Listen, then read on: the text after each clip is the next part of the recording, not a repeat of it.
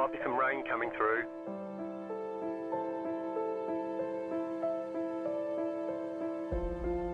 We expect rain soon.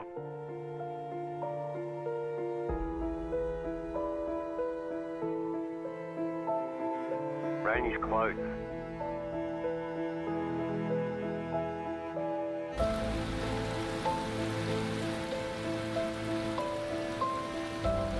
The session has been declared wet.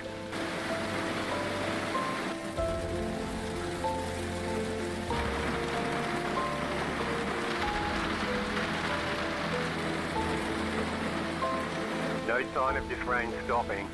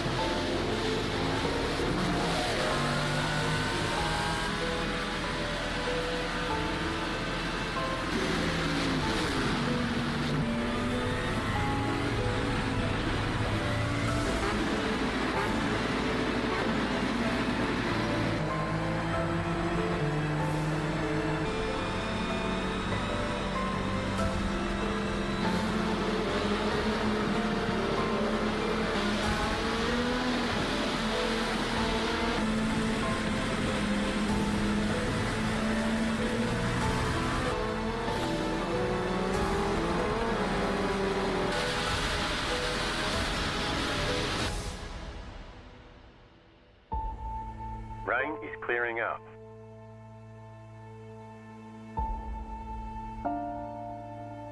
Rain should be gone for now. Nothing but sunshine all day.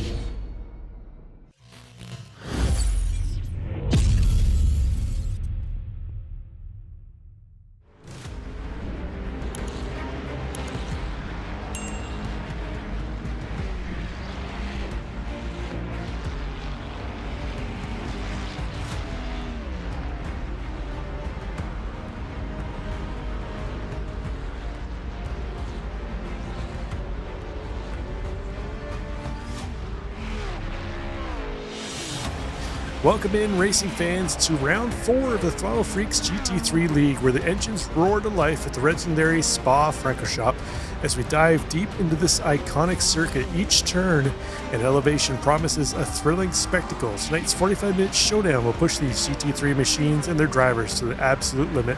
With the pit stop shaking up strategies, we're in for a heart-pounding battle at one of motorsport's most celebrated circuits. Buckle up, it's time to let the adrenaline flow. And welcome in, this is Racers Nexus. I'm Rob Campbell. In the booth with me, as usual, the man, the myth, the guy who's never missed a race here until next week, I believe it is, Richard Swindells. Welcome to Belgium, welcome to Spa. I believe we were here in this country last night, Rich, but on the other side of it, doing a much better track that's older. You're darn right it was a much better track, but we've been in Belgium for a while now, Rob, and we're not really getting many frequent flyer miles by staying in the same country and on the same continent. But nice to be back here at Spa with Throttle Freaks. Gonna be interesting to see how these drivers do, because I'm sure a lot of them had a lot of practice of late. Yeah, this past weekend was the iRacing version of the CrowdStrike 24 Hours of Spa. As we were talking off camera here before we got into the show, that it looks like a lot of drivers who normally are kind of mid-pack, maybe a little farther back, showing their prowess in the laps that they put in this weekend, Rich, and sitting up top of qualifying and practice. But before we get to that, take a look at the track itself. 4.31 miles, 19 turns, and 85-degree track temp right now. You can see a little bit of haze, a little bit of cloud out there. There's no rain in the forecast, but the humidity level is high. Overcast skies, only 19-degree air temp, so we'll see how that affects the track and the race as we go on here, Rich. But this is week 4 of our 10-week calendars. You can see where we are at Spa. Next week, we're going to head to VIR. It's going to be nice to get out of this side of the world here, Rich, and head back over to the American side, albeit just for one race. Then we head to the streets of Adelaide. Looking forward to that one. That always produces a good race. Hockenheim in round 7, then the boring old Lemans track in round 8. Indy Road for round 9, and then back to the street circuit again to wrap things up in St. Petersburg. Yeah, kind of an interesting mix in this season schedule, but for the most part, a pretty decent. And speaking of decent, hey, there's David Bush III. I recognize those car colors every time. He's the Lambo, always driving that pink or fuchsia or what. It's pink. I'm just calling it pink. I'm a guy. There's 8 colors. Pink's one of them. It's racing neon. That's what it is, Rich. I don't know. I just named it as we're sitting here. But let's take a look at the format for tonight's race. Same as it's been for the past 5 seasons.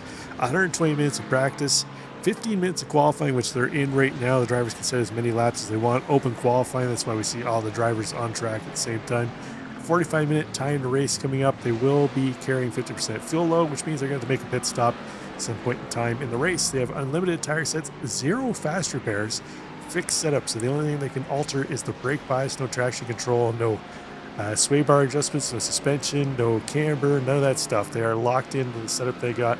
20 instant points will net them a drive-through penalty. Another 4 after that will net them another drive-through. So once they hit that mark, they really have to be careful once they get those off tracks. It really adds up very quickly here, Rich. But before we get into how qualifying is looking, let's take a look at the points championship coming into this one. In the pro class, Jack Hedgecote comes in after dominating a couple races here with a 28-point lead over Jim Feliz.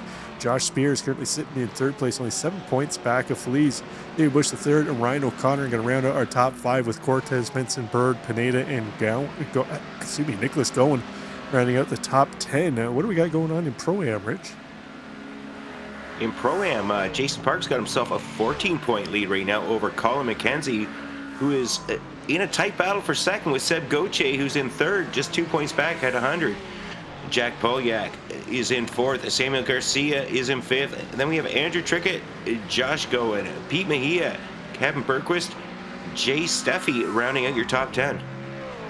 And then finally, over on the AM side of things, James Hand leading the way, but only 8 points between he and Chip Michaels. And only 6 points, another 9 points back from Chip Michaels to his teammate. Sorry, he's not a teammate. I was thinking that was what is it, I-75 guys. Anyways, Cesar Jimenez is our 3rd place driver.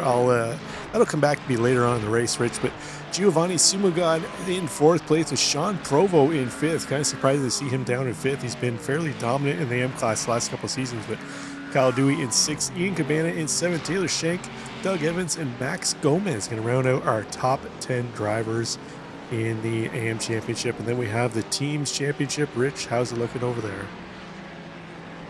Well, in no surprise, thus far, Going Racing, well, Ruby, I guess they're so big now, Going Racing, that they've got a couple of teams. Going Racing Ruby's in 1st place, then we have SRT Purple, one of the SRT teams, 17 points back, or, yeah, I guess, well, I'm not even counting it right. It's right there on the screen, folks. It's 16 points back, but they're in 2nd. Lunatic Racing in 3rd place. And then Riot Motorsports Team Red and PLR Simsport is in 5th. One of my favorite names, Whataback Racing in 6th. Quarter Life Crisis Racing Team, love it, in 7th. I-75 Motorsports 8th. Crikey Esports 9th. And the other Going Racing, Sapphire, is in 10th. Now, isn't Sapphire and Ruby basically the same color, Rich? Am I wrong there, or am I off? Pink, fuchsia, it's all the same, Rob. It's all the same. There's only 8 colors. I said it before, folks. We are in the middle of qualifying there. As you can see, the drivers on track. Currently, Jim Feliz leading the way in qualifying as it stands right now. So let's take in, have a look at how things are setting up right now. Feliz leading the way. Brett Thurman currently in second place. Rich, nice qualifying effort for him. Jason Park in third, our top Pro-Am driver with Pete Mejia right behind him. Nice to see Pete Mejia battling up at the sharp end of the field here.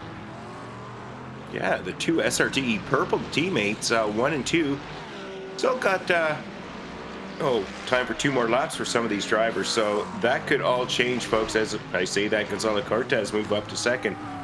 Just of note, Rob, we've got some drivers driving temporary cars this week. I don't know if they got a chance to get liveries on them, but Team Acura, the manufacturer Acura, is not able to make Spa this week due to technical difficulties. They must have gone to the Aston Martin F1 School of Racing and for this week, and just not been able to show up with any vehicles.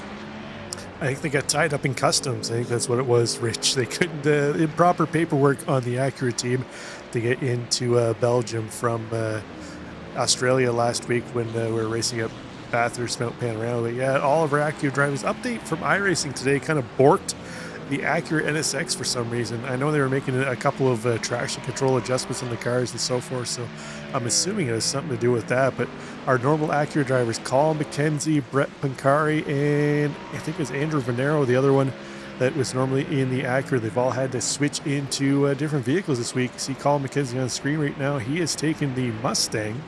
Let's see if we can find Brett Pancari. He's into the Audi this week here, Rich. Interesting choice for him. Brave.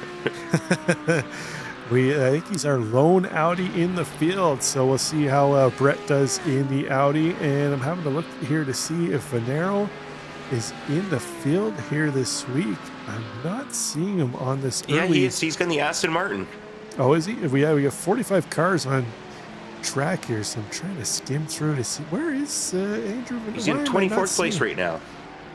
Oh, he's not on track. That's why he's not showing up on my list here. But yeah, so they've all picked different cars, Rich. So we'll see if maybe they stick with them as the season progresses. Well, yeah, it's going to be really weird seeing Colin McKenzie not in an Acura. I think he's run the Acura, if I'm going by memory, every season since Throttle Freaks started.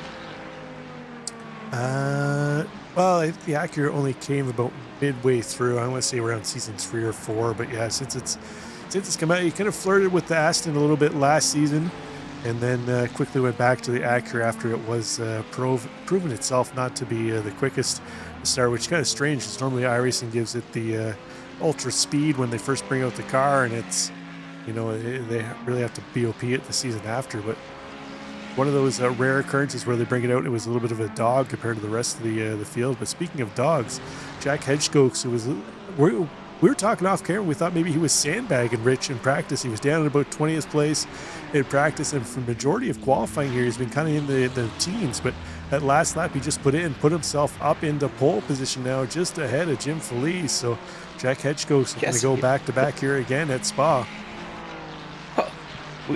So what you're saying is we were right. He was sandbagging during practice to make everybody think they had more pace than him, because we've seen them from Jack before, and then he's come out in the interviews saying, yeah, I didn't get any time to practice, so his practice was basically right before the qualifying effort, but I'm sure he knows Spa.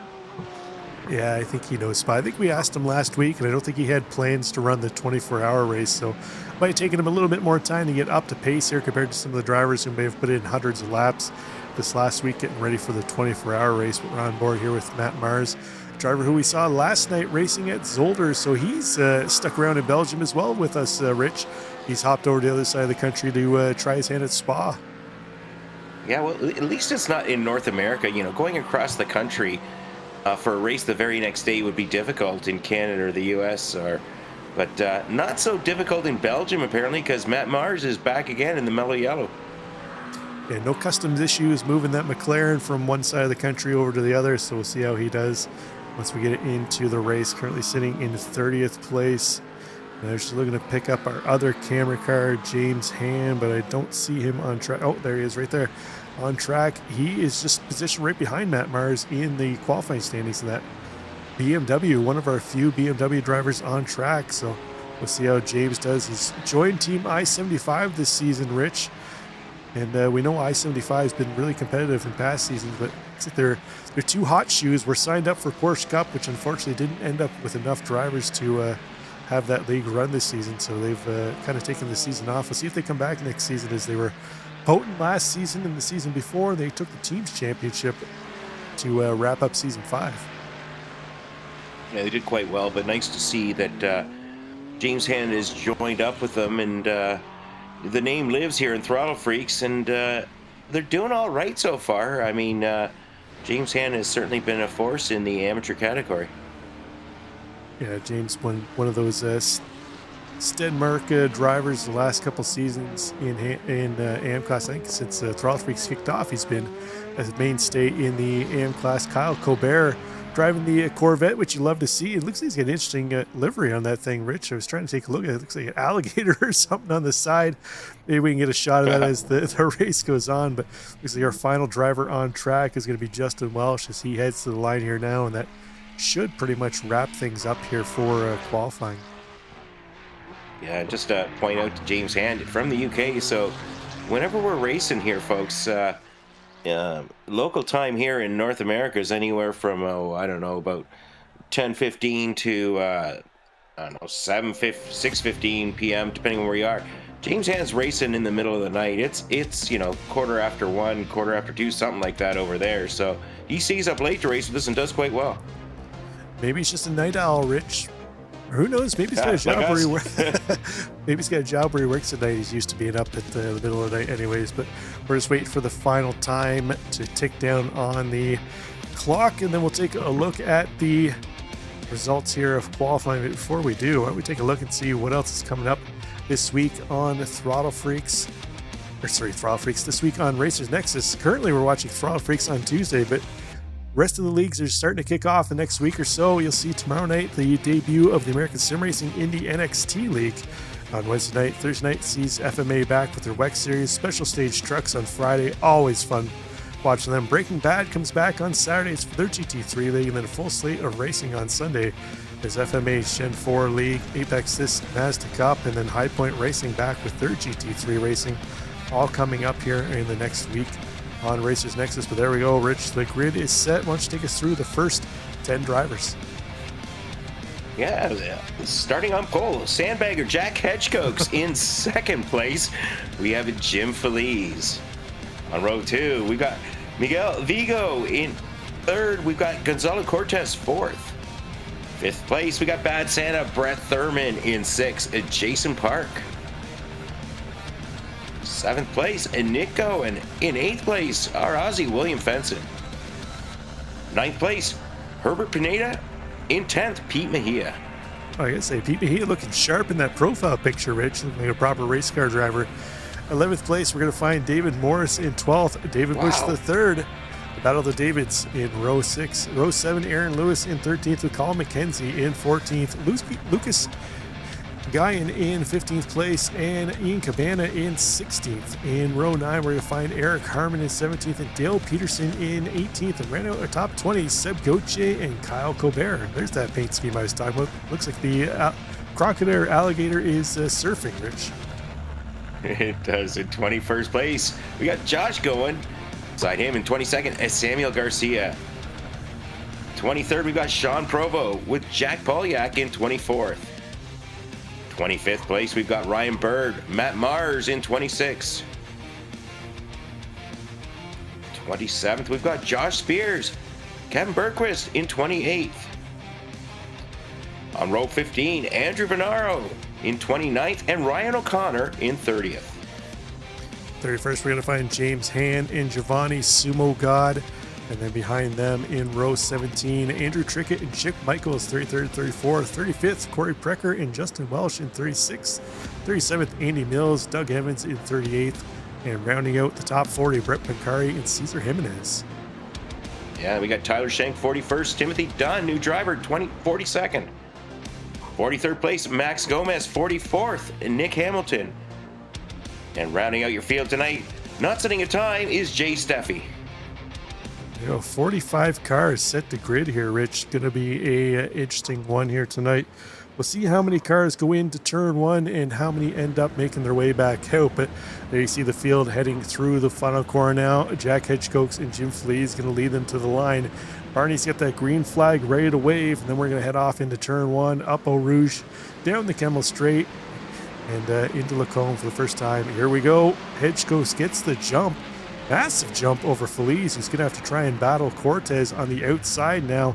Miguel Vigo in there too as well. Vigo, a new driver this week to the league, 8,000 iRacing drivers, so he's going to be potent here. We'll see how Hedgecoats, Feliz, and Cortez do battling against him. Oh no, we got a little bit of a spinner back in the midfield there, getting off track, getting out of the way, and that caused a little bit of issues. I'm not sure who that was. That looks like that was, was that Pete Mejia is out early, folks. Sorry, Pete. Great start, but great qualifying effort. But man, Pete Mejia's race is over. He must be disappointed. But coming up the Kemmel Straight, we're going 3 wide, maybe 4 wide. Oh, look at all the cars, Rob. I can't even see them all, and it's hazy too.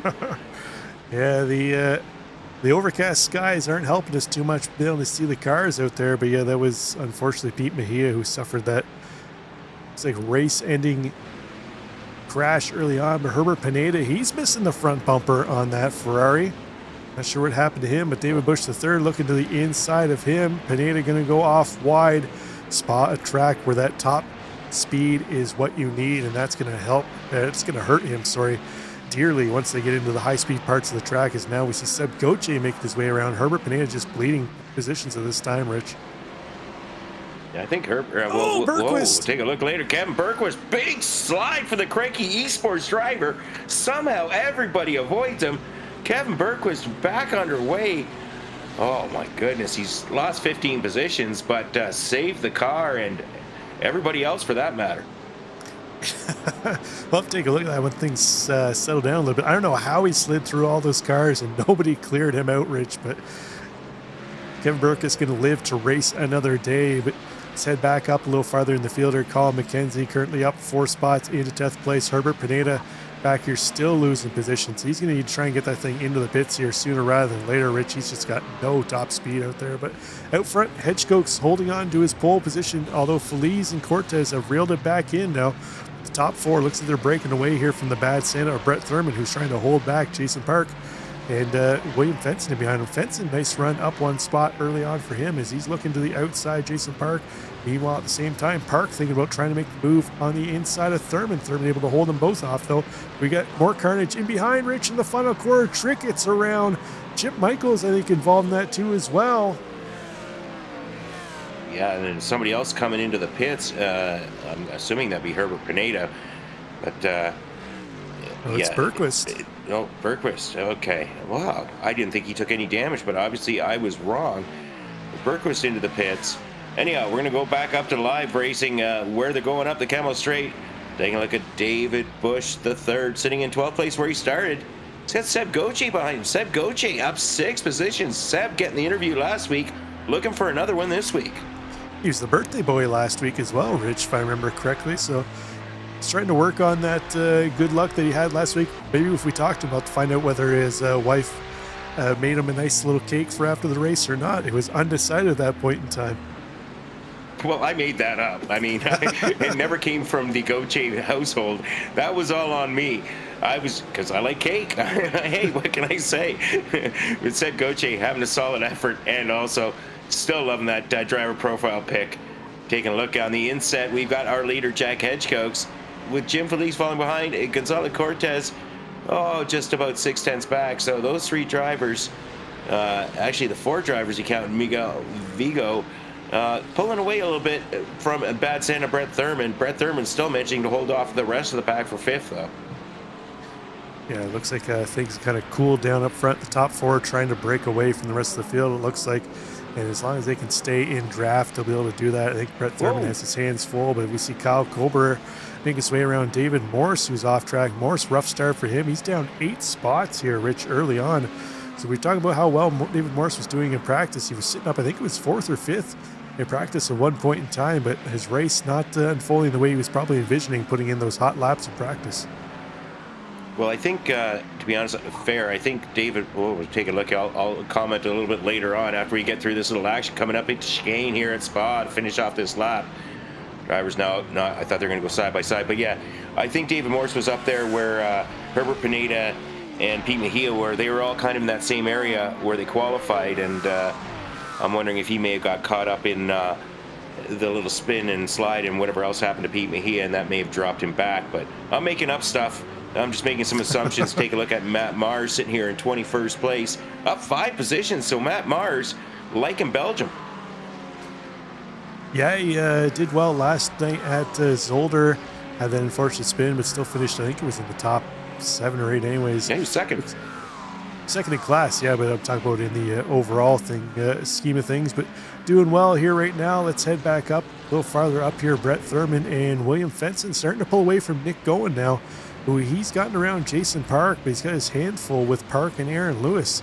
We're putting a ton of pressure on him right now. Aaron Lewis, I think I just snuck a sneak peek of something here, Rich. If we take a look at Aaron Lewis, I think he's... Oh, I got tricked. I thought that PLR Sim Sport was a Racer Nexus badge in the front, so we'll get him off camera. Switch that camera. Switch that camera. But Aaron Lewis doing well right now. He's up 4 spots from where he started, as I said, trying to chase down Jason Park, who now was putting pressure on Thurman and Fenson up ahead, but he's down 2 positions now. I believe Jason Park was our winner last week in the Pro-Am class, was able to take that win away from Seb Goche, so he's looking to go back-to-back here in Spa. Yeah, that would certainly make for a good start or for a good first half to the season with back-to-back victories. Take a look at Aaron Lewis using all the track, a little bit extra, but you can do that and get away with it at Spa as long as you keep two tires on the tarmac. You're not going to have a spin there in that section of track. So Aaron Lewis, P2 in class, having a good race thus far. On the tarmac, that's a term I haven't heard in a long time, Rich. Pulled that one out of the old memory bank, didn't I? Hats off for breaking out your thesaurus and cracking that one out. But Aaron Lewis's teammate Gonzalo Cortez in 3rd place, up 1 spot. But we got a moment here. Looks like things have settled down a little bit. Let's take a look and see what happened to Pete Mejia. I think he was the first driver who got caught up in something at the start of the race in turn 1. Oh, he's got turned. I'm not sure who that was in behind him, but just got the right quarter of his car, spun him around, sent him into the wall, and unfortunately Pete Mejia's race was out early. And then Herbert Pineda got wrapped in something too as well. We saw him with no front bumper. So let's see here. Looks like he might have got tagged again here. Oh, just got caught on the back of that Porsche, and he's going to pull into the pits. But trying to find what happened to Herbert to actually lose that front bumper. But I'm not seeing anything here, Rich. That wasn't Herbert with Pete, was it? Oh, maybe it was. Let's see if I can find Herbert Pineda on track here. You're right. Good eyes there, Rich. It was Herbert Pineda and Pete Mejia. A couple of long-time Throttle Freaks drivers getting wrapped up in that one. Actually, I think, are they teammates? No, they just have similar paint schemes on their cars. But yeah, there he is. You caught it, Rich. Those old eyes still working. But you take the hunt out of the dog, but you can't take the eyes out of him, I guess, eh? You know what? It wasn't the eyes that saw it. I just put 1 and 1 together, and it's like, well, Herbert's got no bumper, and a front bumper caught the back corner of Pete, and that just makes sense to me. So I played a guess, and I guessed right. Not saying it was Herbert's fault there. I don't know whether Pete had cut across him and didn't see him, but that's up to people other than ourselves to judge. Speaking of judging, we're going to judge Jack Edgecoats here on his efforts this evening, and they are stellar. He started on pole, still on pole. He's got himself about a half-second gap to Jim Feliz behind as these drivers come around here to complete lap 4. Just finishing off through Blanchemont. He's got chicane to go, and that's about it. And lap 4 will be done. We've got 36 minutes left. We've got Jack Edgecoats, Jim Feliz, Gonzalo Cortez, and Miguel Vigo, the lead pack. Yeah, things staying the same more or less up there. Let's go a little farther back in the field here with Andy Mills. Andy had a strong season last season, Rich, but we haven't seen much from him so far in this one. He's up 6 spots overall, 2 positions in class into 31st place. He's got James Hand just up ahead of him, and then Taylor Schenk in front of him. So it's a battle for 29th, 30th, and 31st place. amongst these three drivers. So we'll see if Andy Mills can muster up some pace here this evening and try and get himself around James Hand. And Hand, you know what, he's probably not one of his better tracks. We've seen him fairly strong this season, but looks like he's struggling a little bit here at Spa this evening. Yeah, he's sitting there in 30th. He's just up one position, so really, you know, when we count the people who are out already, he's not really made any gains. But James Hand usually has one of those drivers who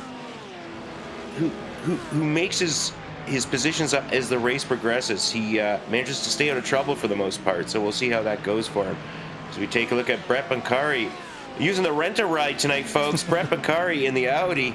Looking pretty strong here and pretty racy with Jay Steffi up ahead of him. Jay Steffi starting from the back of the pack up 11 positions. And whoa, look at these guys, the what a back racer. Oh, too wide. That's getting a little dicey through Lacombe. Yeah, it looks like Doug Evans made the move, but compromised his... Oh! Whoa! Was that David Morse? I think it was off track, and then he towed Rich. It was. Not sure what happened to him. I think he went off track. Let's see what happened. David Morse. So he's here just in front of Matt Mars. He's up on the curbs. Oh, look like the car just kind of snapped to the left on him. Tags the wall. And that's, backing out on track. Got to be careful there. He gets it straightened back out, but looks like he had enough of the race here this evening to call it quits on that one. But unfortunate for David Morse, as we mentioned earlier, he was looking promising in practice. Yeah, practice and qualifying. His qualifying was pretty solid too. So, not the race he was looking for. Dave Morse has certainly shown a lot of pace improvements the last few seasons, but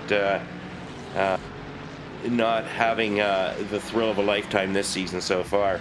Anyhow, live racing action. We've got Nick Gowen sitting in 7th place. Nick Gowen with Jason Park behind him. Coming up through the first corner there at La Source. And the drivers are going down the track here, folks. And it's Nick Gowen with Jason Park up ahead of them. We got Brett Thurman, and it's drivers spreading out a little bit, but not a whole lot right here. Still well within draft range. We'll see how Jason Park closes down to Nick Gowen as they're coming up through the Camel Straight. So far, so good. He's closing it down, but he's not going to close it down enough to make any moves as they're going into Lacombe. Yeah, he thought about showing the nose on the inside, but wasn't really close enough really for Gowen to really worry about that, Rich. But just up ahead of them, looks like Thurman and Fenton battling it out. Fenton's finally made his way around Brett Thurman. So we'll see now if maybe Brett can tuck in under the rear wing of Fenton and try and get him pulled forward, as Nick Gowen now has drugged Jason Park up into this battle. Looks like Brett Bancari, see something's happened to him in the rent ride. He's off in the side track, and he has a meatball flag now as well to boot. Rich, see him on the inlay there trying to reset his car. Unfortunately, that looks like race-ending damage for Brett Bancari. He was racing to take a swig of that bottle of Castrol GTX, but unfortunate for Brett. We'll take a look at the replay here.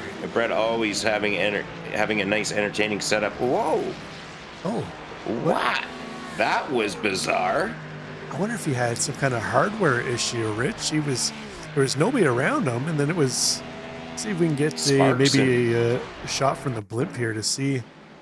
So there he is. You have to look through the overcast skies here, but Brett, yeah, I think that looks like a hardware issue. Yeah, I think you're right there, because cars just don't disappear and then appear as sparks and then just are parked. So unless you're going back to the future, Rich. I don't think he was driving DeLorean. But where's Christopher Lloyd when you need him? I mean, Doc, what's going on? But Eric Harmon, 15th place right now for Eric Harmon.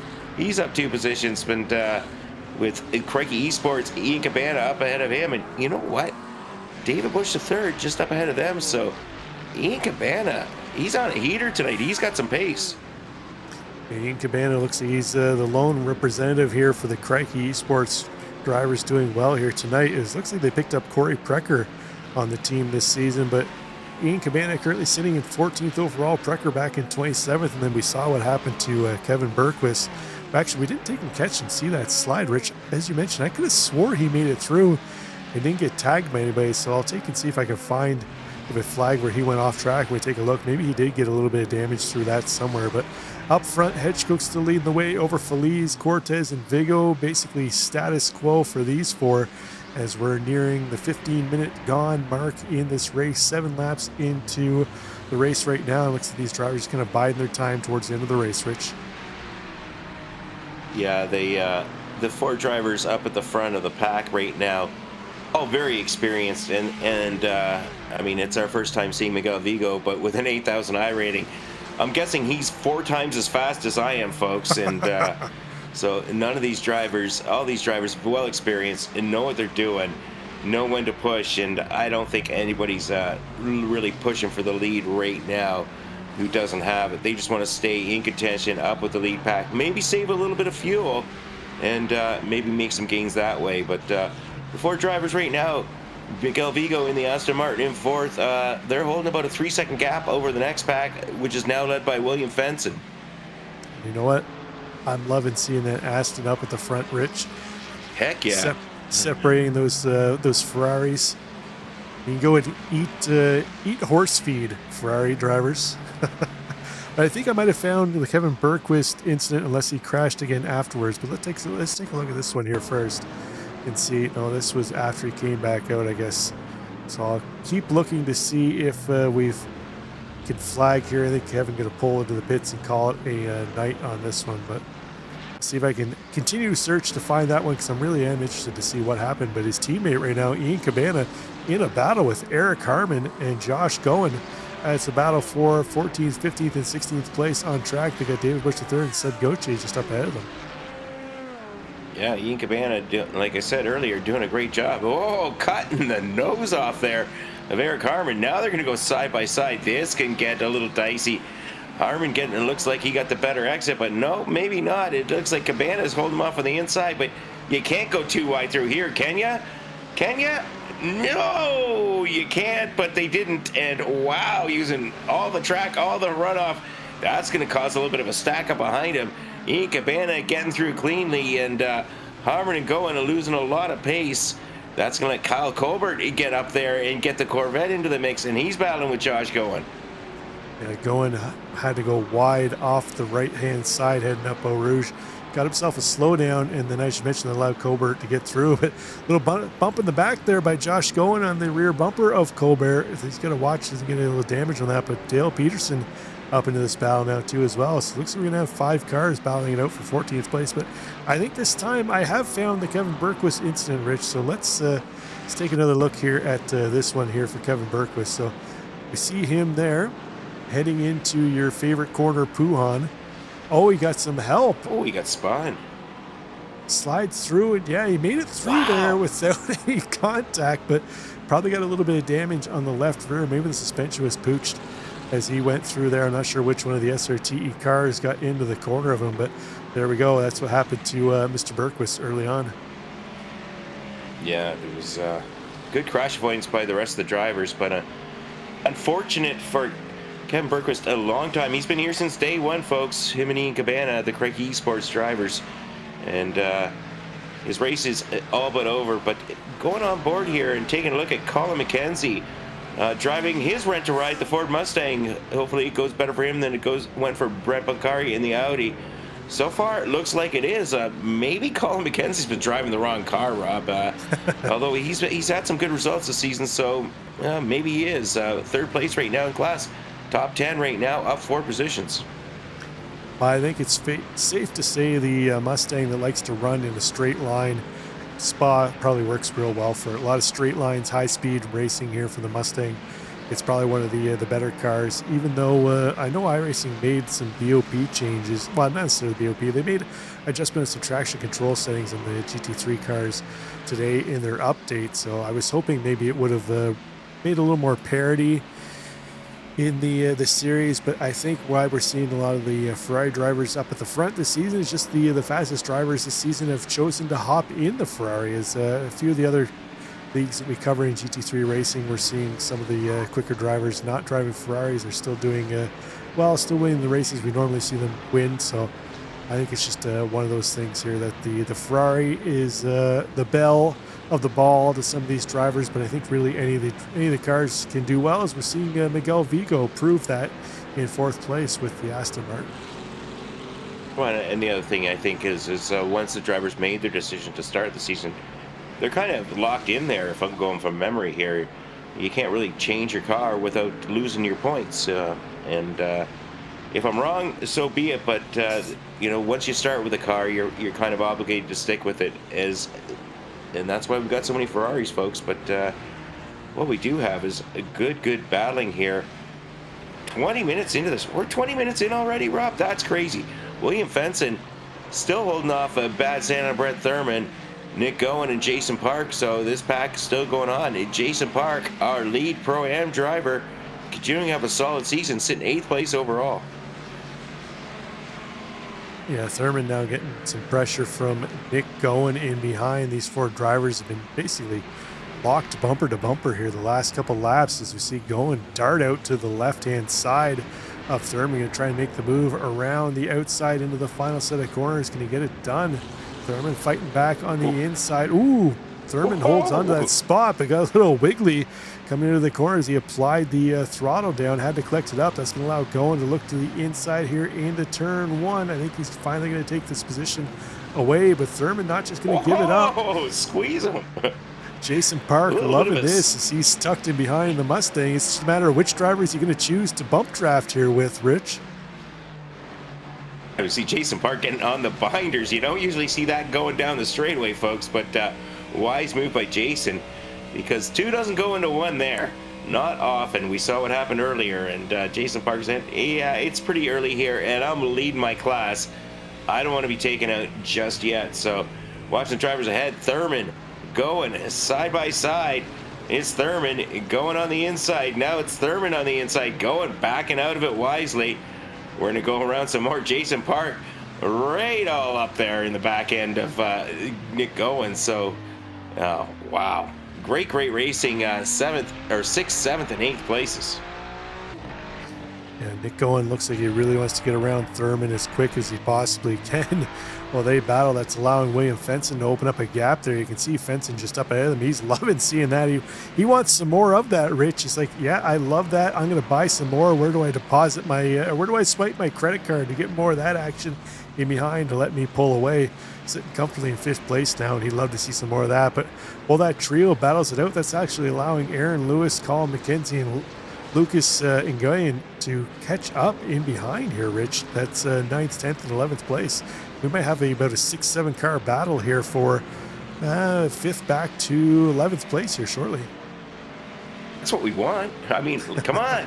You guys battle up in 6 so we can get that big train going on, and we can see what happens when 5 cars go into the source, 3 wide and 2 deep, or 6 cars. That would be awesome. But this has been some good racing. Couple of little incidents, but overall relatively clean thus far. Take a look here, Aaron Lewis sitting in 9th, and Aaron Lewis with pulling along Colin McKenzie in 10th. Like you said, Lucas Nguyen in behind him, and they're right there now. They're only a second back, so a couple more corners into Aaron Lewis with that draft range, and maybe able to pull right into that pack, right up tight on the Kemmel Straight. Keep an eye on that. Oh, some smoke. I think that was Nick Gowen is around. So we saw him trying desperately to find a way around Brett Thurman. I wonder if something came to blows between those 2 drivers. He's pulling the Austin Powers 20-point turn to get himself turned back around, but still can't get the car straight up. Just leading positions here, Rich.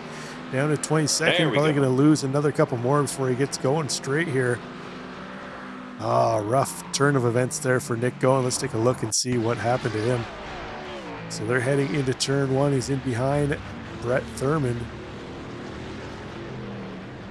Just got too heavy on the throttle, got up in the curb, loosened or lost a little bit of grip on the back end, and around he went. That's all it took, unfortunately. And sometimes it looked like he had a little difficulty getting that traction control switched off, so he could do that 180 spin, and took him quite a while to get going. But unfortunate for Nick Owen. Had a great race going on. Let's take a look at Giovanni Sumagod coming into the pits for his rarely scheduled stop. Yeah, one of our first takers for the pit stop. We should start seeing the rest of the field here come in shortly, as we are now past the halfway point of the race here, Rich. It's going to be a matter of who's been able to save a little bit of fuel, but Jack Hedgecock's leading the way. He hasn't had much opportunity to save fuel. Has been getting a ton of pressure from Feliz, Cortez, and Vigo, although Cortez and Vigo kind of fell back off that top two a little bit. I wonder if maybe they went into fuel save mode here. Rich backed off a little bit, but we'll keep an eye on this quartet as they get ready for their scheduled stops a little later in the race. We got some battles a little farther back. We have Corey Precker and Cesar Jimenez battling out with Jay Steffi too as well, right up in this one. Jay started at the back. He's up 16 spots into 29th place. He's watching that battle up ahead of him. James Hand leading the way here amongst these four drivers. Yeah, it's I say week in, week out, folks. A league racing, you've got a variety of skill levels, and you've got battles up and down the track, whether you're battling for first or whether you're battling for 21st, or in this case, you're battling for 26th, 27th, 28th. And we got battles going all the way back there to 35th place, so you can't beat it. Plus, you get broadcast on Racer Nexus, Rob, and what better way to go? But welcome back, Corey Precker, this season. We've missed you. It's been a while, but Corey Precker doing a good job representing Chevrolet in that Corvette. And we see a few more drivers in for their pit stops. Matt Mars, Andrew Vernaro have come in for theirs. Majority of the field going to stay out for one more lap, I suspect.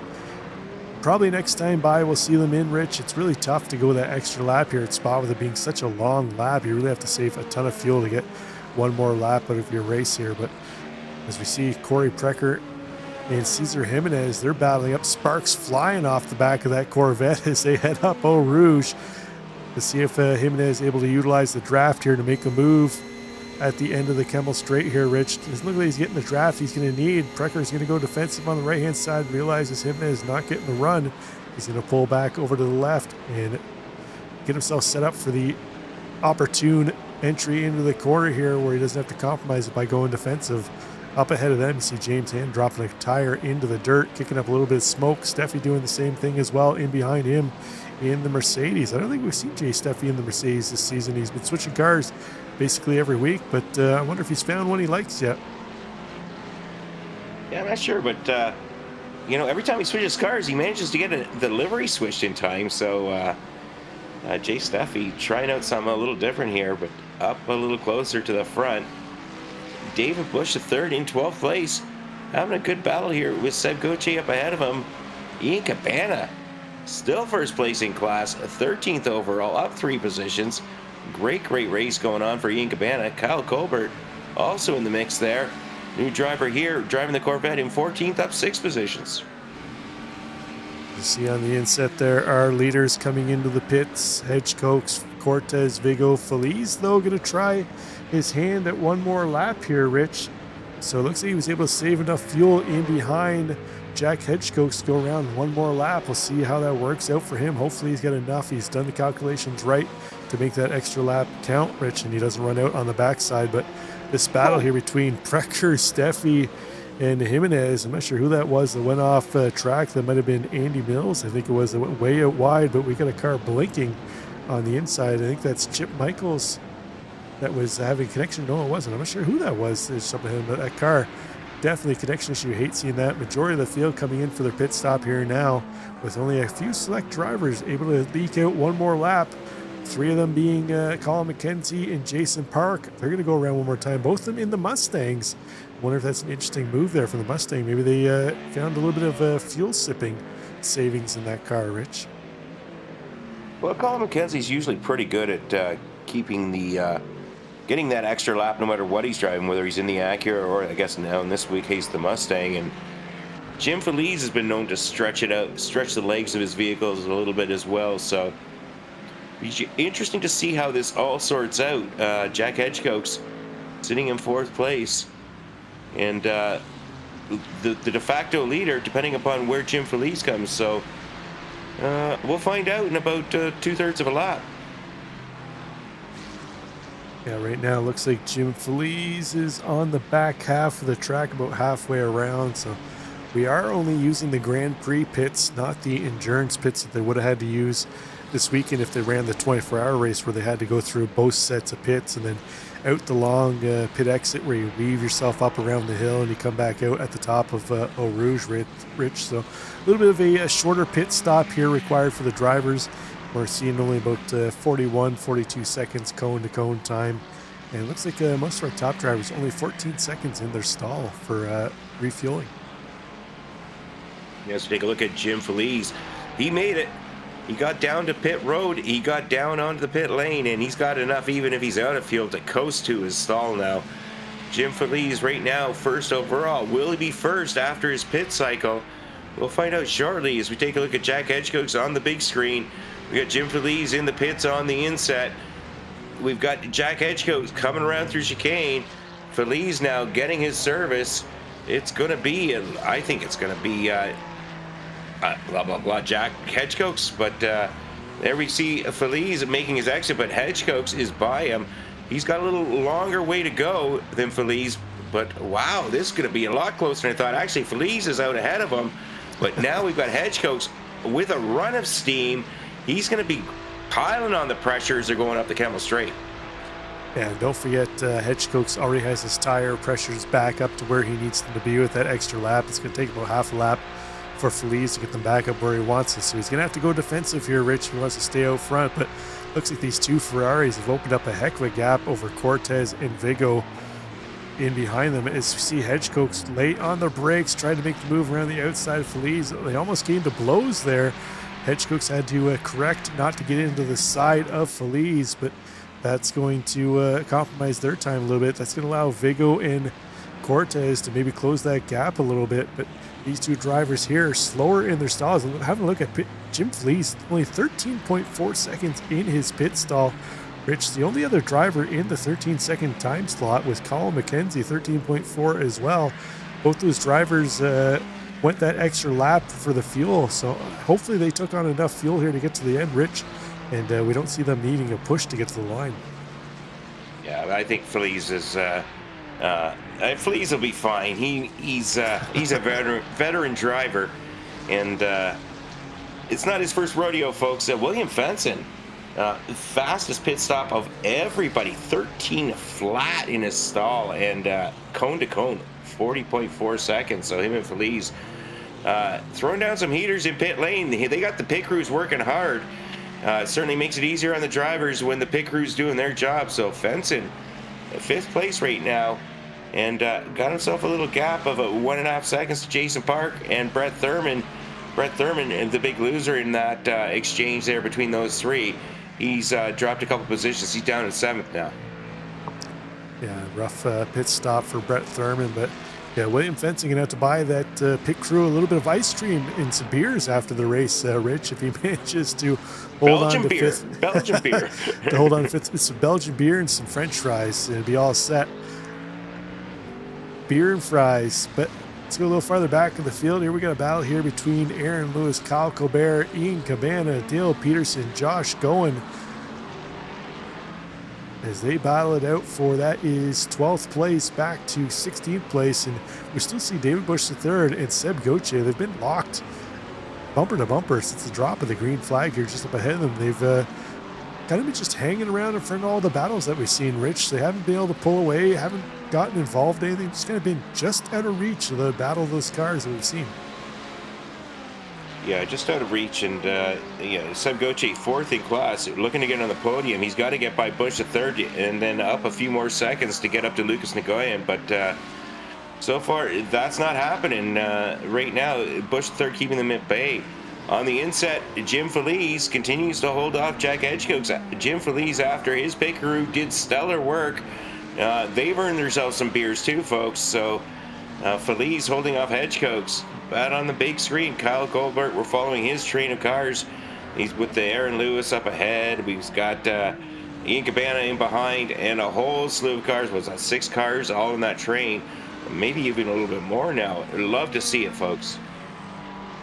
Yeah, we'd love to see good tight racing with only about 11 minutes to go. Usually by now, actually, especially after the pit stops, we usually see the field string out a little bit, Rich, where, you know, there's drivers who are battling with somebody. They may get a little jump on them through the pit stops, pick up a couple tenths here, and it kind of puts a a little divide in that battle that they would have had. So it's nice to see a number of drivers still within half a second or so of the driver they're battling up and down the field. And we've got plenty to focus on in the race here. It's we talked about that battle here, but just in behind them, we got a battle with Jack Polyak. He's trying to chase down Ryan Bird and the Quarter Life Crisis Racing team up ahead of him in that purple and it looks like purple and chrome Corvette with Matt Mars just up ahead of them. This is the battle for 19th, 20th, 21st, and 22nd place on track with Sean Provo in the green, black, and white SRTE Mustang trying to get out of the way of these guys, trying to run away from them, but Matt Mars and company trying to reel him back in.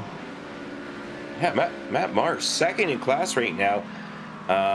Going by memory, I don't think he's had a second place result in his class here in Throttle Freaks. So Matt Mars having a solid race. Belgium and him are getting along. Oh no, so you just cursed him, Rich. Man, you I cursed gotta him. stop talking like this. Oh, Matt. You just gave him the commentator curse on camera, Rich, at that. Oh, hey, man. you know what? He's still second in class. He's still second in class. So there, I didn't. He's still second. Come on, Matt. Let's get her going. Anyhow, we'll take a look here. James Hand, who is third in class, really closed up that gap there. James Hand now getting a little chomping at the bit, kind of. He's got Jay Steffi ahead of him. Jay's up 19 positions, but up ahead of them. And Matt Mars now just a couple seconds up the road. So still lots of time for James Hand to maybe make some moves and get himself a little further up on the podium. As we see a battle here between Bird and Polyak. Bird tried to look to the outside of Jack Polyak. Polyak was able to defend that move, although he's going to drop a tire off into the dirt. That's going to cost him a little bit of time. Into the corner they go. Bird on the inside. They're going to come to blows, Rich, but they're both going to head back out. Ryan O'Connor right in behind watching this battle in front of them unfold. No doubt a little bit of a Code Brown moment for him as you see those two drivers bumping and banging. Oh, O'Connor going to get into it now too as well with Polyak. That's one bump's okay, two bumps. When you start getting to bumping that much, it's getting a little much. But the Corvette up front there of doing its best job, and so far it looks like the Corvette kind of winning the battle of the battle of the I don't know the battle of the battling. I don't know. They're bumping the battle of the bumping. How's that?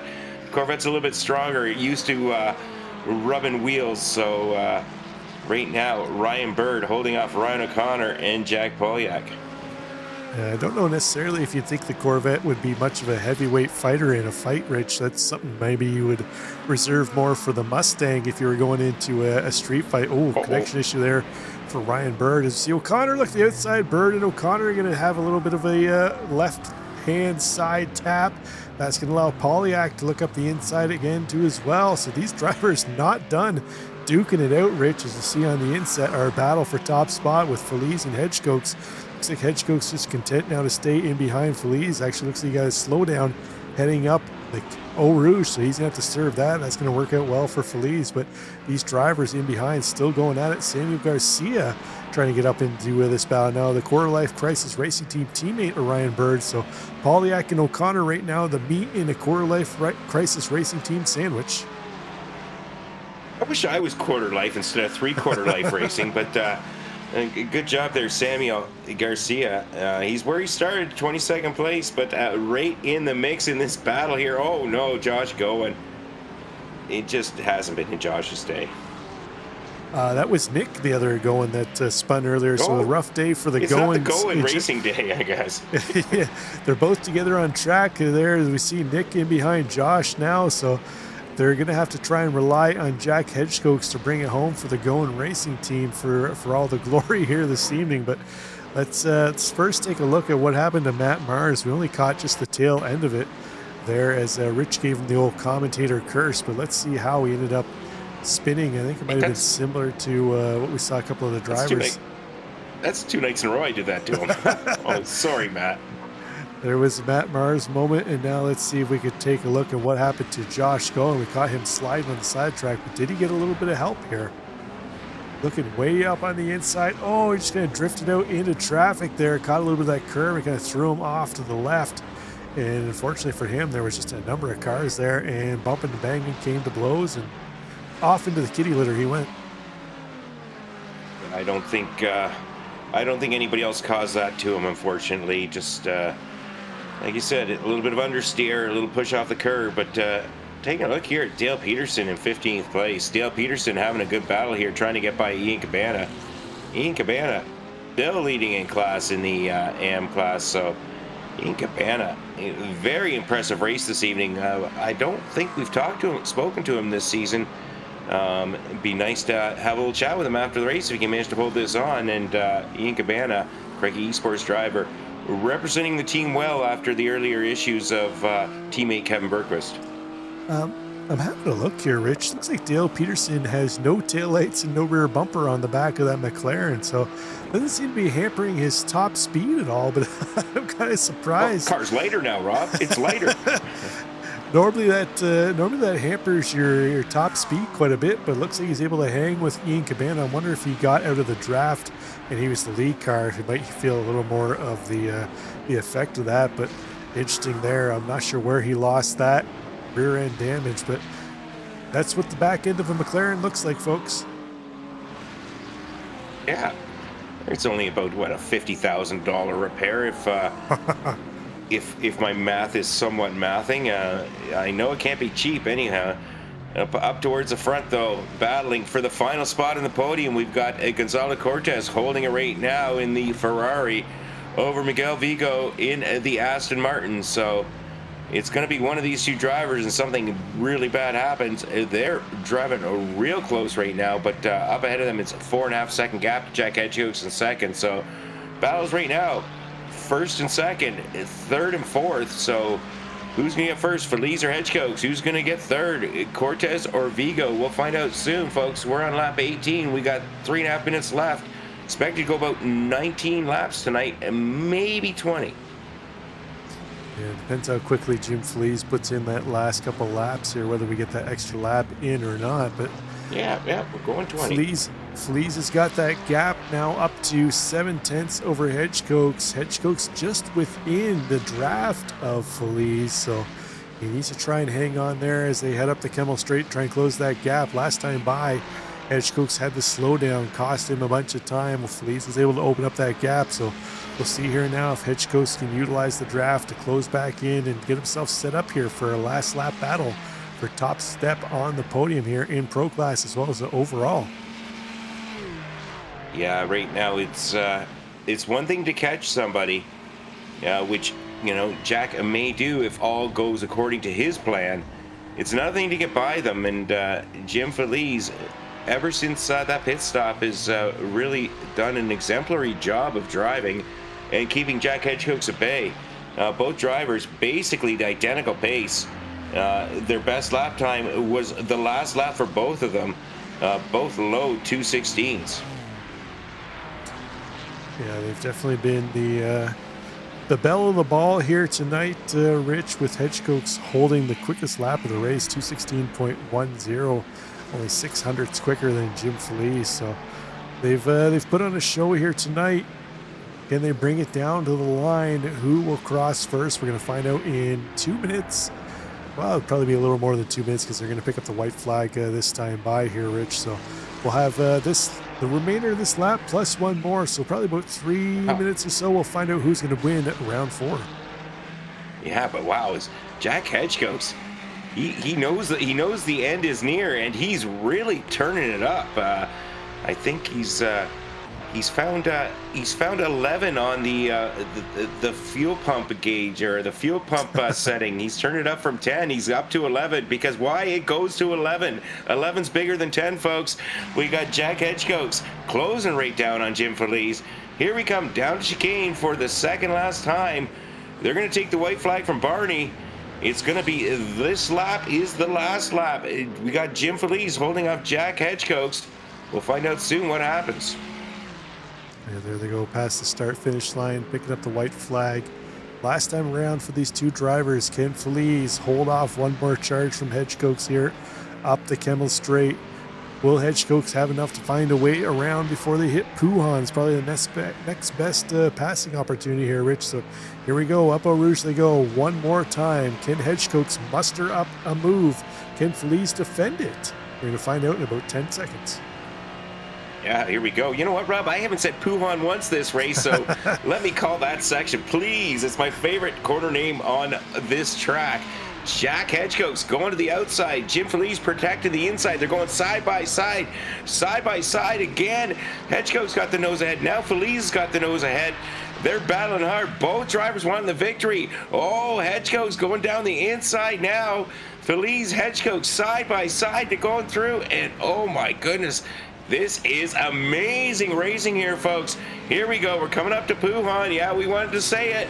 Oh, close racing. Puhan next corner on the track. We got Feliz. We've got Hedgecoats. Drivers in behind are battling hard as well, but they're not going to be able to close it down. Feliz is holding off Hedgecoats. Not really anywhere to go for Jack, but he's got the bumper tucked right up close. I think Jack's going to swing it out left. He is. Feliz onto the binders earlier. Hedgecoats going later, trying to get the inside line. Hedgecoats looks like he's got his nose ahead right now. Hedgecoats, what a move he made there on Jim Feliz. My goodness, that was fantastic. Yeah, set him up perfectly, worked back and forth, couple corners.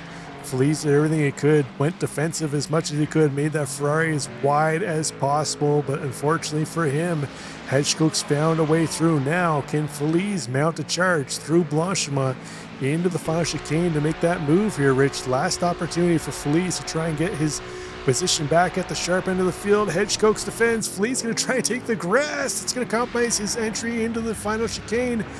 Barring a spin here in the final corner, Jack Hedgecoats going to take round 4 for back-to-back wins. Wow. Great racing, fellas. Great racing. Jack Hedgecoats, Jim Feliz. Tremendous battle. And we got third place Gonzalo Cortez. And then Miguel Vigo coming around in fifth. We got William Fentz and Jason Park. Going down a little further down the field, we'll skip a couple. We'll tell Colin McKenzie in 8th. We got Lucas Nagoyan in 9th. Ian Cabana into the final corner for him, our AM leader. He's going to take a win in AM class this season as he heads to the line. Fans out wide, and he's going to officially be the winner of AM class. Matt Mars in second place. Had that spin in the final corner, got the commentator curse from Richard Swindell. He's battling Jay Steffi through the final corner. They go. Matt Mars going to come home in second place, just ahead of James Hand in the background there with the BMW. That rounds out our AM podium finishers. Yeah, see a commentator's curse. He lost a couple overall positions, but held his class position. It's not my fault. Corey Precker coming across 29th in that beautiful-looking Corvette. Herbert Pineda, driver we saw, got wrapped up in an incident with Pete Mejia to start the race. Lost a ton of spots, had to come into the pits, get some repairs done. He's going to come across the line down 25 spots from where he qualified in 34th place. Not the race he was envisioning. Justin Welsh in 35th place. Max Gomez in the Dixie Cup paint scheme. He's into the final couple corners. He's going to come home up 7 spots where he qualified into 36th. Yeah, and behind them in 37th place, we got Doug Evans. Doug Evans still having a little bit over there with Nick Hamilton, but the Whataback racing driver managing to hold him off. And then it looks like Kevin Berkowitz going to be our final car across the line here this evening, Rich. So, heck of a race for everybody out on track. You know, Spa, as much as I like to rag on it, it's one of those tracks where I think people just put a ton too much glory into the name of it. It's a great track, but, you know, I think it just gets overused. But, you know what a finish between Feliz and Hedgecoats. Came down to the line. We couldn't ask for much more for a finish of a race. You know, I'm going by memory here, Rob, and well, you know me well enough now. We've known each other since before the Racer Nexus and Racing Broadcasting Network started, and my memory's not what it used to be, but that might be the best last lap of racing for the lead I've seen yet in Throttle Freaks. You could be right, Rich. We'll have to go back through the archives to pull out the VHS tapes and take a look at all the finishes. And, 8mm film there, baby. yeah, we'll have to get the editors on it and see how what we come out with the top 5 results. But speaking of results, let's take a look at our final results here. Let's start off with the Pro Class. We saw that battle came down to the final lap, final quarters, I guess is what it amounted to. Hedgecoke takes the win over Feliz. Cortez going to come home in third with Vigo in fourth. Round out the top 5 is William Fenton, Brett Thurman, and David Bush, 6th and 7th place. Derek Harmon, Ryan Bird, and Ryan O'Connor rounding out the top 10. Nick Gowen, Herbert Pineda, and Josh Spears. Rough races for them. They're going to come home in 11th, 12th, and 13th place. Over in Pro-Am, Rich, how did things finish up there? He's been on a tear. Jason Park, our race winner, with Colin McKenzie in the rent-a-ride coming in second. The Mustang agreeing with him, Lucas Nagoyan rounding out our podium. And then in 4th place, Aaron Lewis. 5th, we had Kyle Colbert. 6th is Seb Gauthier. Dale Peterson in the busted up car came 7th. Is Sean Provo 8th. Jack Polyak, solid effort in 9th. Is Samuel Garcia 10th. Andrew Venaro 11th. Josh Goen with some issues 12th. Jay Steffi starting from the back came 13th. Andrew Trickett 14th. Pete Mejia managed to get back out there, but well back. And Kevin Bergquist as well. And then David Morris and Brett Pancari rounding out the Pro-Am field. Rough race for both those drivers. I'm still kind of interested to find out what happened to Brett Pancari, but let's take a look at things over in the AM side of things, where Ian Cabana comes home as the winner at Spa over Matt Mars and James Hand. Tyler Shank going to round out the 4th place position with Corey Precker in 5th. Cesar Jimenez comes home in 6th. Andy Mills in 7th. Chip Michaels, Justin Welsh,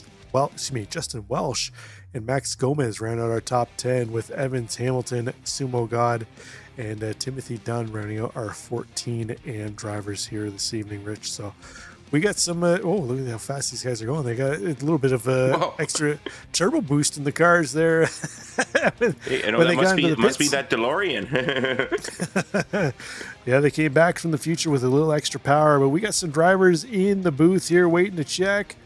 Let's bring in our race winner, Jack Hedgecoke, who, if I remember correctly, I think he told us last week he wasn't going to partake in any Spa 24-hour racing. Did you hold true to that, Jack?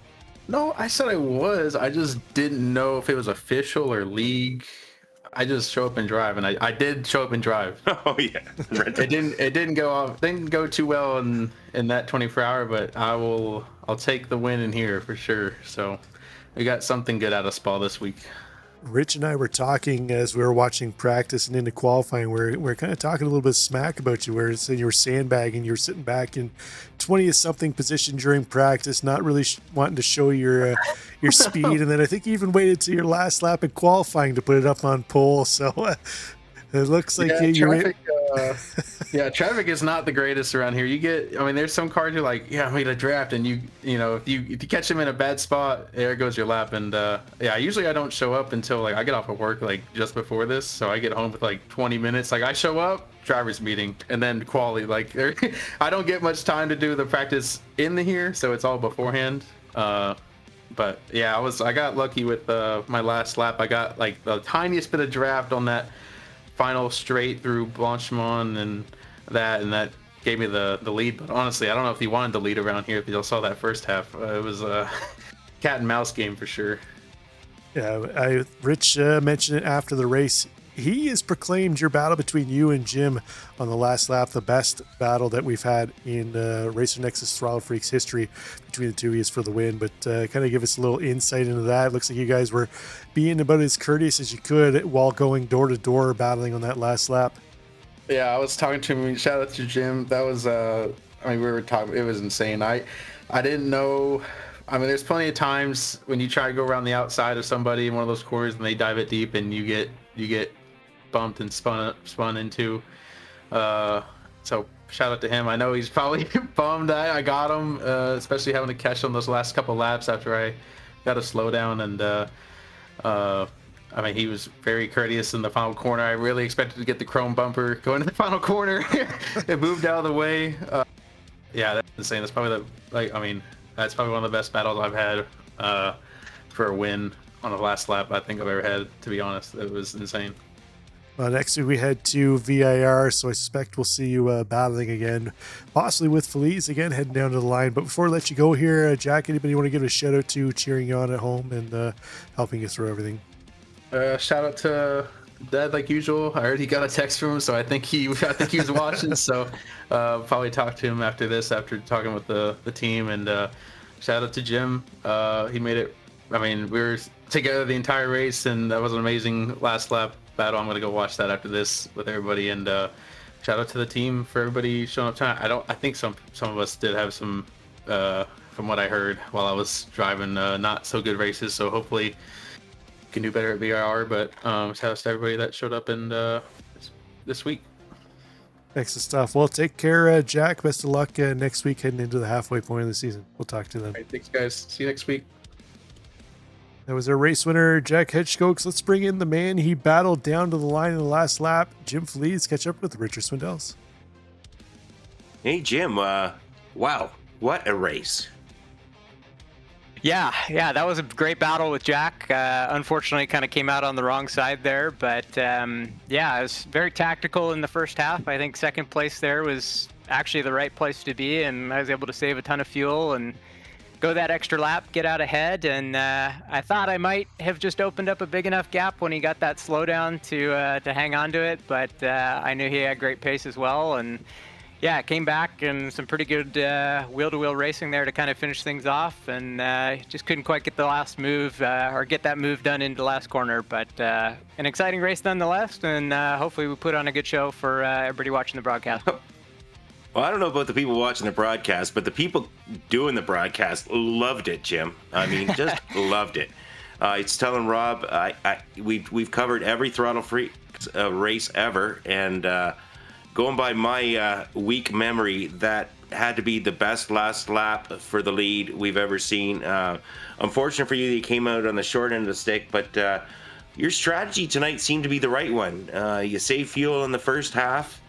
You got that jump on Jack. You managed to hold him off for the longest time, and then you got that slowdown and thought you were going to walk away, but he made it tough on you. But, man, you guys raced so clean that last lap. Yeah, I think that's one of the great things about this league is not only do you have a bunch of strong competitors, but people generally try to race clean, and that makes it really fun. So yeah, it might have been a little more fun with a win, but I enjoyed the battle nonetheless. Yeah, and the team did pretty good here tonight. Brett Thurman also in the top 10, and Seb Gauthier 13th place overall. So overall, a pretty good day for the SRT Purple team. Next week, VIR, a little different track, but also, I'm guessing, a familiar track to you.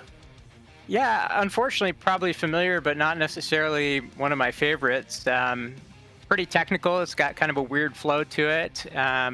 Pretty narrow track as well, so it's a little difficult to get passing done around there. But, we'll give it a go and see how it goes next week. And thanks for shouting out the SRT guys. It's great to see them doing well. I sort of lost track where everybody was at in the midst of that battle there, but glad to hear they did well as well. Well, no doubt at all. Anybody else besides your teammates you'd like to shout out tonight, Jim? Yeah, I just want to say hello to my family. I know they're always supporting me and watching the broadcast. And yeah, thanks to you guys and everybody else that helps make this league happen.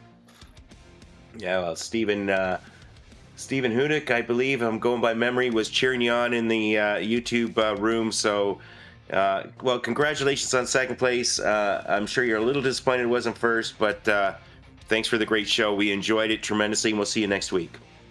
Sounds good. Thanks, Richard. That was second place finisher Jim Feliz.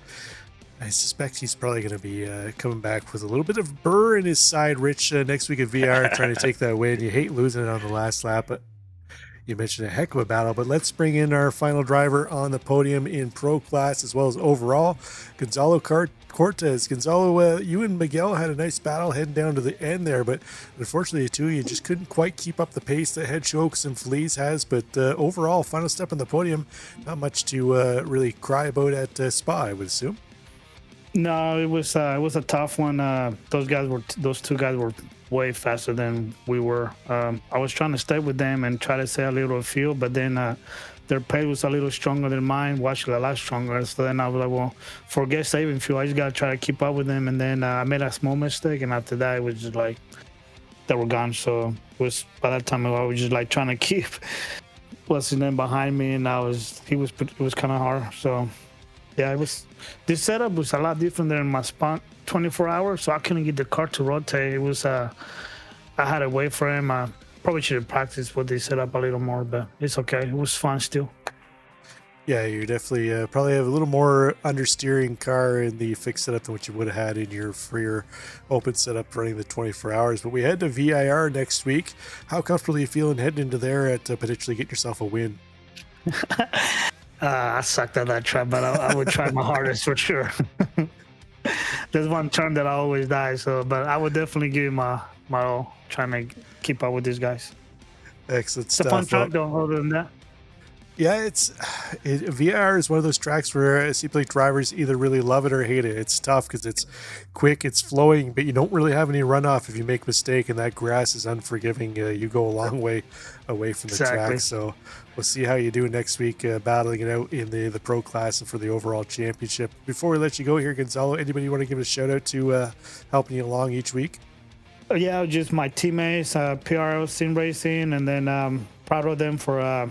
We had a bad 24 hours, but we were able to, we stick it up and stay, and we were able to come back all the way to like 12, 13, I think. So I want to just say thank you to those guys, and that's pretty much it. Excellent Thank stuff. you guys, too, for keeping it up, keeping good work, and making it fun for us. Well, we appreciate that. Best of luck next week, Gonzalo, and good to hear about your team at the 24-hour persevering and getting a strong finish. Take care, and hopefully we're talking to you again next week. Thank you. You too. Appreciate it. So that was Gonzalo Cortez, our third place driver in Pro Class. Looks like we do not have our race winner.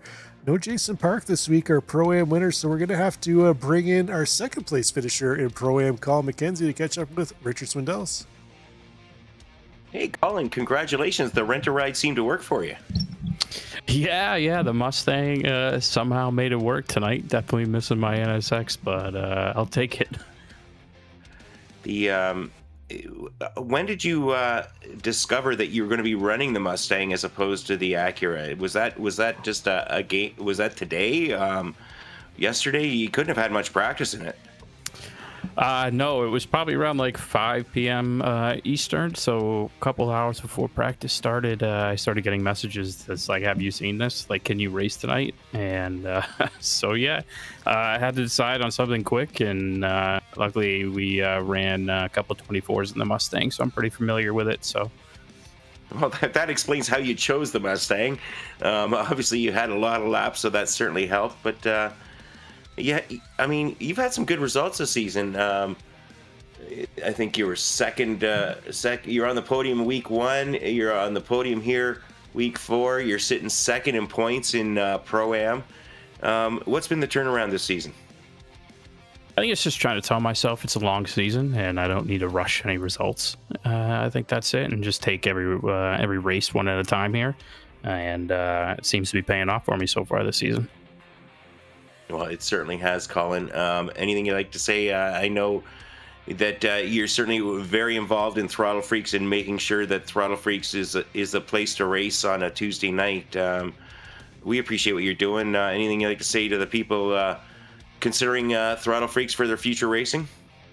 Yeah, come on down, join us on Tuesday nights, hopefully more nights here in the future. But we have a really great community, one that's very welcoming, especially all levels of competition, and even if you're new, there's definitely a bunch of people who will help you out to make you faster, and we're always welcoming everyone to join us here on Tuesday nights at Throttle Freaks. Excellent. And any shout outs tonight personally, Colin? Yeah, huge shout out to the boys over at Lunatic. D Bush always racing with me. It's been fun. Huge shout out tonight to some of the PLR guys, especially Lucas there.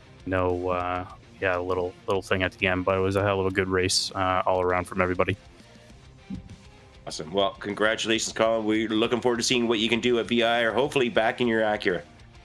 Thank you guys so much. Thanks for broadcasting as well. Well, before we let Colin go, we got to give him a little bit of a rag here. Why he didn't promote the Just a Tip cigar company that sponsored his car here this evening?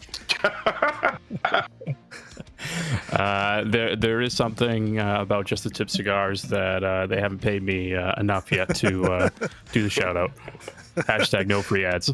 Yeah, that's right. Well, just the tip. Get on it. We need the full cigar here. Best of luck heading to VR next week, Colin. Thank you, guys.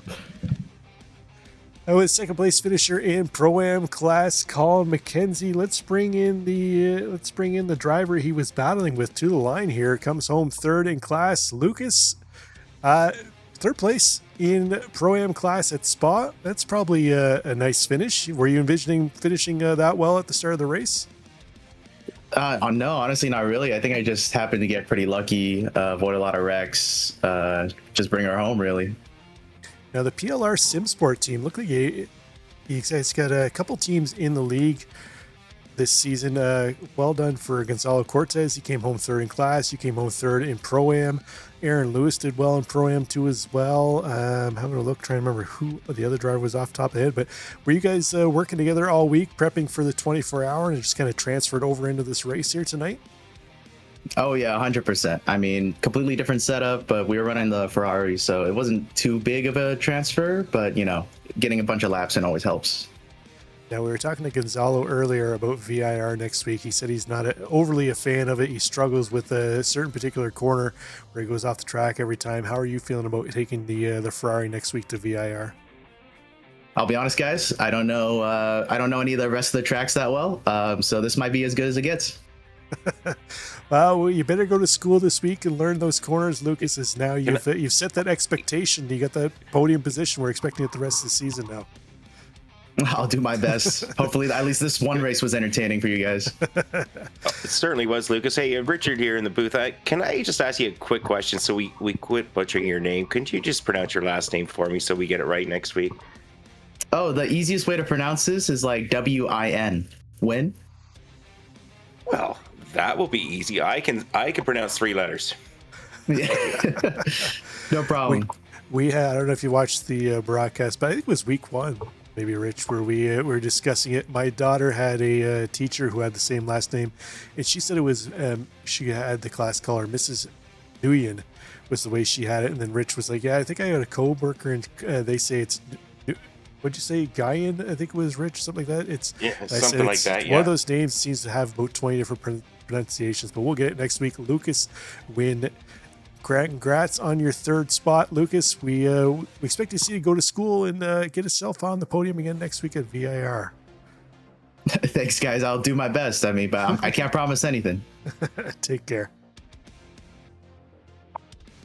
That was Lucas Nguyen, our third play. He won third, Rick. It almost works itself in there. But let's get into the pro class, where Mr. Ian Cabana comes home as the winner in AM class. He's stepped into the booth, catch up with Richard Swindells. Ian, it's been a while, but wow, what a great race and great pace you had tonight. Yeah, oh yeah. Spa is Spa. I did the 24 hours this weekend in the McLaren, so I turned a lot of laps. And when I came back in the Fifi, it was like home, and find some great pace during the weekend. So that was great. I mean, you got to be happy. I mean, you qualified 16th in a field of 45 cars. You finished 16th overall. Battling right in the mix with the middle of the Pro-Ams, and you held your own today, so lots of practice paying off for you. Next week we're going to VIR. How do you do at VIR there, Ian? Last time we were there, I got surprised. I found some speed, not as much as Spa or Batters, but I think I can do pretty well there. We'll see. We will see, that's for sure.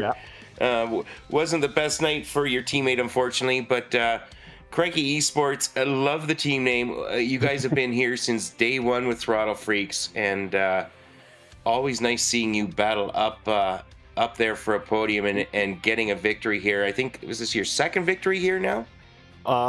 This season is my first, but I got 2 or 3 wins last season. One at Spa and Batters.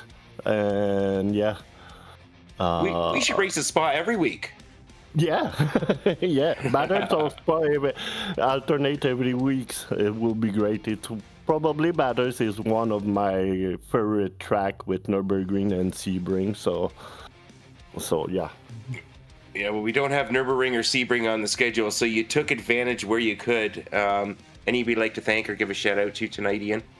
Yeah, my teammate Kevin Curry, and a special thank to SRT boys. They will know why. So thanks SRT, and you for the broadcast. Did a good show every week. So, and PRL admin, but not PRL, but Throttle Freaks. Sorry. That's okay. You know what? Sometimes Rob and I still get that a little mixed up as well. But Ian, congratulations. We're looking forward to seeing how you do next week. I know it's, Spa's your special, the track with a special place in your heart. But good luck at VIR, and we'll hope for some good results from Crikey Esports. Thanks, Richard. Thanks, Rob. That was our winner in AM class, Ian Cabana. Let's bring in the driver who was trying to chase him down, who even persevered through Richard Swindell's commentator cursing him. Matt Mars comes home second place in AM class. You did it, Matt. You got that podium finish in Throttle Freaks. Yeah, I mean, it took me 3 seasons, but I'm finally in here. And Richard, you're just going to have to quit talking about me when I'm running, man. It's getting too common. Yeah, he actually he felt a little bad back-to-back nights where he commentator cursed you, and it was almost a carbon copy spin from last night. But did you use that all the laps that you put in for the Spa 24 as practice to get ready for this race here tonight? Yeah, I would say so. I mean, we did, of course, over at FMA, we ran Spa Monday night and Thursday night of last week, and then I did about 150 laps in the 24-hour. So, yeah, coming into this one with about 250 or 300 laps under my belt. So I finally felt comfortable in the car for once. But, yeah. We're going to head to VIR next week. How comfortable are you at that track? It's a track that seems to be either a real hit for drivers or something that they want to avoid at all costs. Not very. Yeah, I probably ran it 3 times in since I've been doing this, and I mean, it looks like it could be a lot of fun. A lot of people call it the Nürburgring or the Nordschleife of the United States, so it looks like it's a lot of fun. I'll try to put a little practice in on it in between, practicing for the other league as well, but it may be back to the rear for me going into VIR. Yeah, I've heard that saying before, the Nordschleife of America. I don't know where people get that from. I think it's just because of the length of it. I think it's just the length of it if you're running the full, what do they call it, grand layout where it weaves through the infield too as well. I don't know. Yeah. I don't get it. I think people are just trying to push their luck. But you got yourself your second place finish here tonight in AM class. That's going to bode well for your championship points haul. Move you up a couple spots into that one. We're heading to the halfway point of the season here. How are you feeling about your chances closing that gap towards the sharp end of the field here in AM class? I mean, finishing a race is nice. That's been a battle for me ever since I've joined Throttle Freaks. It's just a total different ball game over here, man. It's a lot of fast guys for their iRating, and we'll try our best. And there's several more tracks left on the schedule coming up that I'm comfortable with, and I've car changed, so I'll lose some points here getting into the McLaren, but I think I've found a new home with it. They kind of nerfed the Merc for me and took the fun out of it, so it's going to be the McLaren, I think, from here on out. So we'll do our best, and we'll see if we can't battle a little bit more with these guys. Before we let you go here, Matt, any shout-outs you want to give to the millions at home cheering you on and booing Richard for commentator cursing you? Yeah, thanks to the guys here at Throttle Freaks. They put on a heck of a league to race in, and of course, as always, to you guys for an awesome broadcast, and my wife and kids for allowing me to do this. And yeah, that's pretty much it, man. Excellent stuff. Best of luck next week, Matt, and we hope to see you back at the sharp end of the field again in AM class. Take care. All right, buddy. Appreciate it. That was our second place finisher in AM class, Matt Mars, and that's going to do it for interviews here this evening, Rich. And you know what? Spa, as much as I like to rag on it, usually produces a great race, and we saw it here again tonight with the battle coming down on the last lap for top spot between Fleas and Hedgehog's. But we head to a different animal at VIR next week. The drivers aren't going to have as much runoff to save them from any mistakes they have. We're going to see a bunch of cars sliding through the grass, tighter track, really twisty snake session. I love the VIR.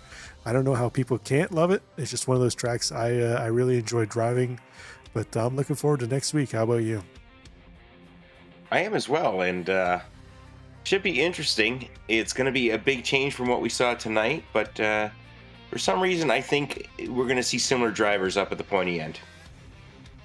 Well, what do they say? The cream always rises to the top, Rich, and seems to be what happens in league racing time and time again. You get the drivers who just seem to have that mesh with the car and track combo and find their way to the front of the field no matter how poor their qualifying would be. But that's going to do it for us here at Racers Nexus. For Richard Swindell's in the booth with me, I'm Rob Campbell. We'll catch you next week, same time, same place, here as the Throttle Freaks GT3 drivers head back over to America for round 5 at VIR. Until then, bye for now.